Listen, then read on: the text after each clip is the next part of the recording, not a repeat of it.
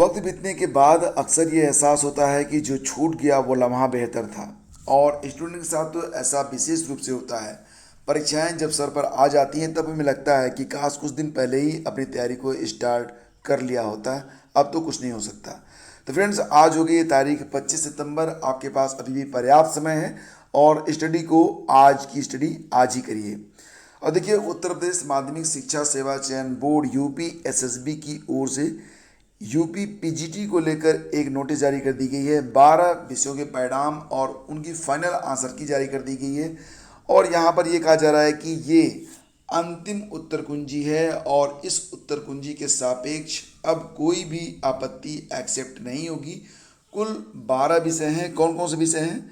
तो रसायन विज्ञान, भौतिक विज्ञान और जीव विज्ञान, गणित, अंग्रेजी, मनोविज्ञान, संस्कृत, कला और तर्कशास्त्र, साथ ही साथ सैन्य विज्ञान, गृह विज्ञान और संगीत वादन। तो ये 12 विषय हैं जिनके अंतिम परिणाम जारी कर दिए गए हैं। और ये सारे परिणाम आप वेबसाइट पर देख सकते हैं। लिंक इसी वीडियो के डिस्क्रिप्शन में है, जाकर एक बार आप चेक कर लीजिएगा। तो फ्रेंड्स, पीजीटी के 12 विषयों का परिणाम जारी कर दिया गया है। इंटरव्यू कब होगा? तो पहले ये नियम यह हुआ करता था कि इंटरव्यू के लिए 30 दिन पहले नोटिस जारी की जाती थी, लेकिन अब यहाँ पर थोड़ा सा बदलाव आपको देखने को मिलेगा। बदलाव ये है कि मात्र 10 डेज बिफोर ही आपको जो है इंटरव्यू का लेटर मिलेगा। तो जितने भी अभ्यर्थी इस बार की परीक्षा में सफल हुए हैं वो अब अपने इंटरव्यू की फाइलें, डॉक्यूमेंट्स रेडी करना स्टार्ट कर दें। और साक्षात्कार की प्रक्रिया भी बहुत जल्दी जारी होगी। टीजीटी के लिए अगर बात करें तो टीजीटी के परिणाम भी अक्टूबर तक, यानी कि 10 अक्टूबर तक आप देख पाएंगे। तो निश्चित रूप से अब समय बहुत ही करीब आ गया है। जितने भी साथी यहाँ पर टीजीटी और पीजीटी की परीक्षाएं दिए थे, अब उनका परिणाम आना शुरू हो गया है। खासतौर से टीजीटी में जो यहाँ पर पदों की संख्या है वो काफ़ी अधिक थी, लेकिन अब इसके परिणाम भी शीघ्र घोषित कर दिए जाएंगे। साक्षात्कार के लिए अभ्यर्थियों को सूचना 10 दिन पहले भेजी जाएगी। इसलिए मैं कह रहा हूँ कि आप अपने जो डॉक्यूमेंट्स वगैरह हैं उसको रेडी करना स्टार्ट कर लीजिए। आपको पता है कि पीजीटी की परीक्षा 17 और 18 अगस्त को प्रदेश के सभी 75 जिलों में कराई गई थी। बात करें यहाँ पर जो 12 विषय जिनके परिणाम जारी किए गए हैं, तो इसमें कितने आवेदन हुए थे? तो रसायन विज्ञान के 171 पदों पर 26,338, भौतिक विज्ञान के 158 पदों पर 17,271, जीव विज्ञान के 114 पदों के लिए 28,399, गणित के 99 पदों के लिए 29,729 और अंग्रेजी के 297 पदों पर 45,218 आवेदन हुए थे। मनोविज्ञान की 47 रिक्तियों के सापेक्ष 6,249, संस्कृत की 266 रिक्तियों के सापेक्ष कुल 27,782 और अभ्यर्थियों ने यहाँ पर आवेदन किया था। कला के 76 पद थे जिस पर आवेदन आए थे 6,788। तर्कशास्त्र के 7 पद थे, 566 आवेदन आए थे। सैन्य विज्ञान के 10 पदों पर 820 और वाइस वर्सा। तो यहाँ पर आप देख सकते हैं कि आवेदन बहुत ही बड़ी संख्या में हुए थे, यानी कि जो यहाँ पर प्रोबेबिलिटी थी वो बहुत ही कम थी। उसके बावजूद भी परिणाम तो आना ही था। और जितने भी टॉप टू बॉटम मेरिट में चुने गए अभ्यर्थी हैं उनको यहाँ पर अंतिम रूप से चयनित किया गया है।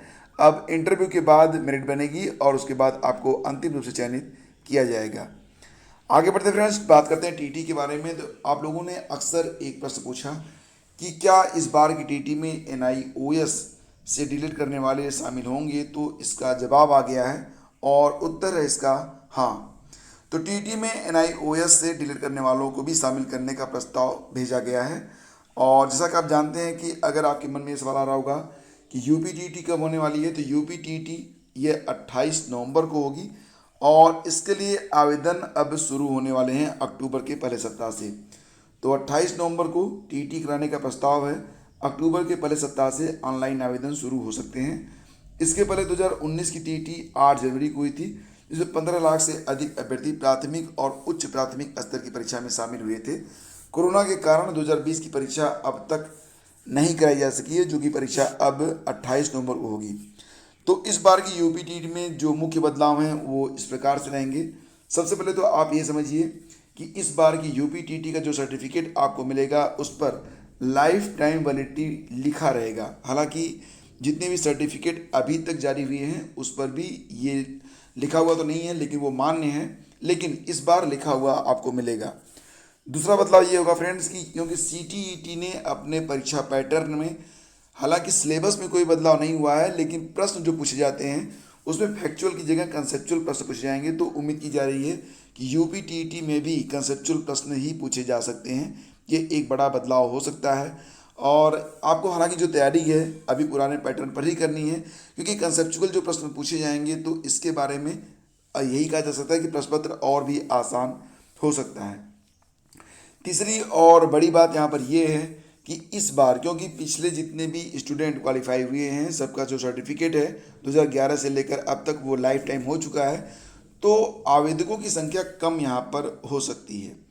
और इसी के साथ एक बड़ा बदलाव जो कि देखने को मिला था, CTET में परीक्षा ऑनलाइन होनी है CTET की, लेकिन यहाँ पर ऐसा कोई बदलाव नहीं रहेगा। UPTET की परीक्षा ये ऑफलाइन ही कराई जाएगी, इस बात की सूचना यहाँ पर प्राप्त हो रही है। तो UPTET में NIOS, और एक बड़ा बदलाव तो ये भी है कि इस बार UPTET में NIOS को भी अवसर मिलेगा जो कि अब तक नहीं मिला करता था। तो कई सारे बड़े बदलाव इस बार आपको UPTET में देखने को मिलेंगे। UPTET में NIOS से डिलीट करने वाले अभ्यर्थियों को भी शामिल करने की तैयारी है। PNB कार्यालय ने पूर्व में जो प्रस्ताव भेजा था उसमें NIOS डिलीट का जिक्र नहीं था, हालांकि बाद में शासन ने खुद इस संबंध में रिपोर्ट मांगी थी। इसका मतलब कि इस बार बिल्कुल कन्फर्म है कि NIOS डिलीट को अवसर मिलेगा।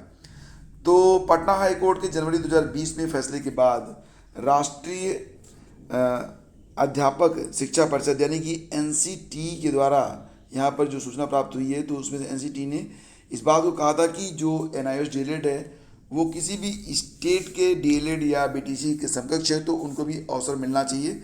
तो केंद्र सरकार ने निजी विद्यालयों में पढ़ा रहे अप्रशिक्षित शिक्षकों को प्रशिक्षण देने के लिए NIOS की ओर से जो DLED प्रशिक्षण की व्यवस्था की थी, अब उनको जो है CTET हो या फिर UPTET हो उसमें शामिल करने की बात कही जा रही है। तो this is a good news for you. और फ्रेंड्स आगे बढ़ते हैं।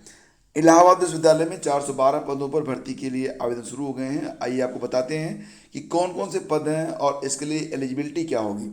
खास तौर से देखा जाए फ्रेंड्स तो आपको जो है www.ALLDUNIV.ac.in पर जाकर आवेदन करना है।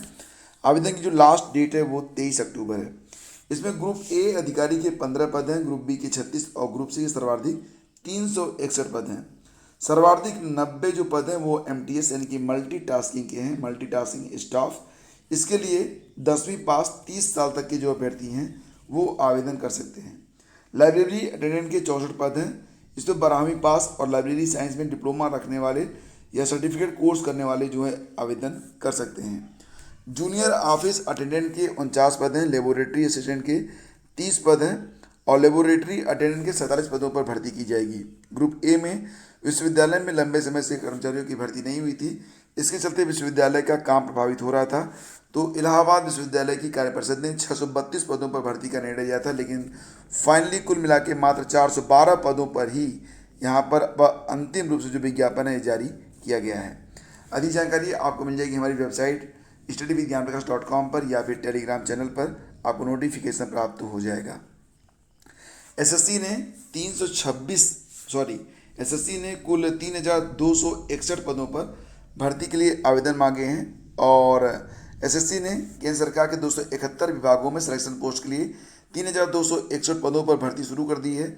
ऑनलाइन आवेदन शुक्रवार से शुरू हो गए हैं। अभ्यर्थी 25 अक्टूबर तक अपना रजिस्ट्रेशन कर सकते हैं और ऑनलाइन फीस 28 अक्टूबर तक जमा कर सकते हैं। तो ऑफलाइन चालान 28 अक्टूबर तक जमा कर दिए जाएंगे। आप कर सकते हैं चालान के माध्यम से। 1 नवंबर तक फीस जमा होगी।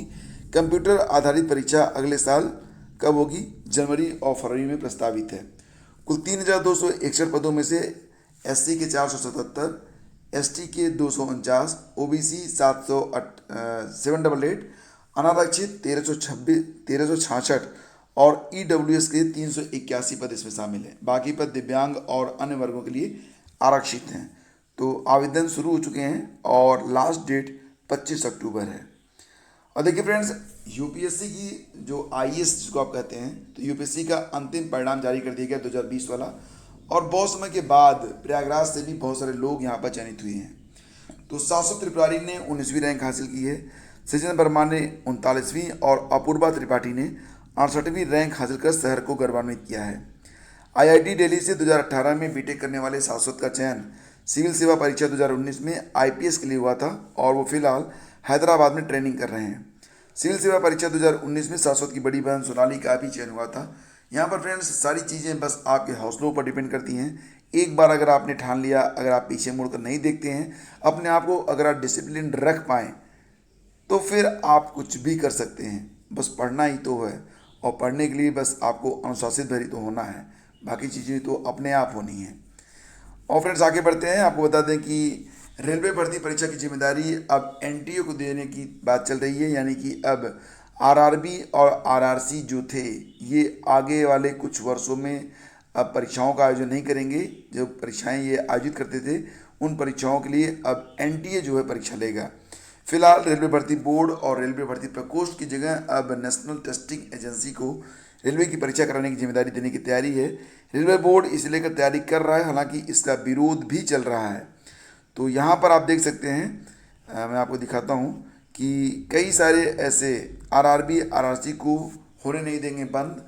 तो रेलवे भर्ती बोर्ड, रेलवे भर्ती प्रकोष्ठ और केंद्रीय रेल विद्युतीकरण संगठन कोर को बंद करने के प्रस्ताव का नॉर्थ सेंट्रल रेलवे एम्प्लॉयज संघ ने विरोध किया है और इस संबंध में एम्प्लॉयज संघ के पदाधिकारियों की एक बैठक शुक्रवार को सिविल लाइंस स्थित यूनियन के केंद्रीय कार्यालय में हुई है।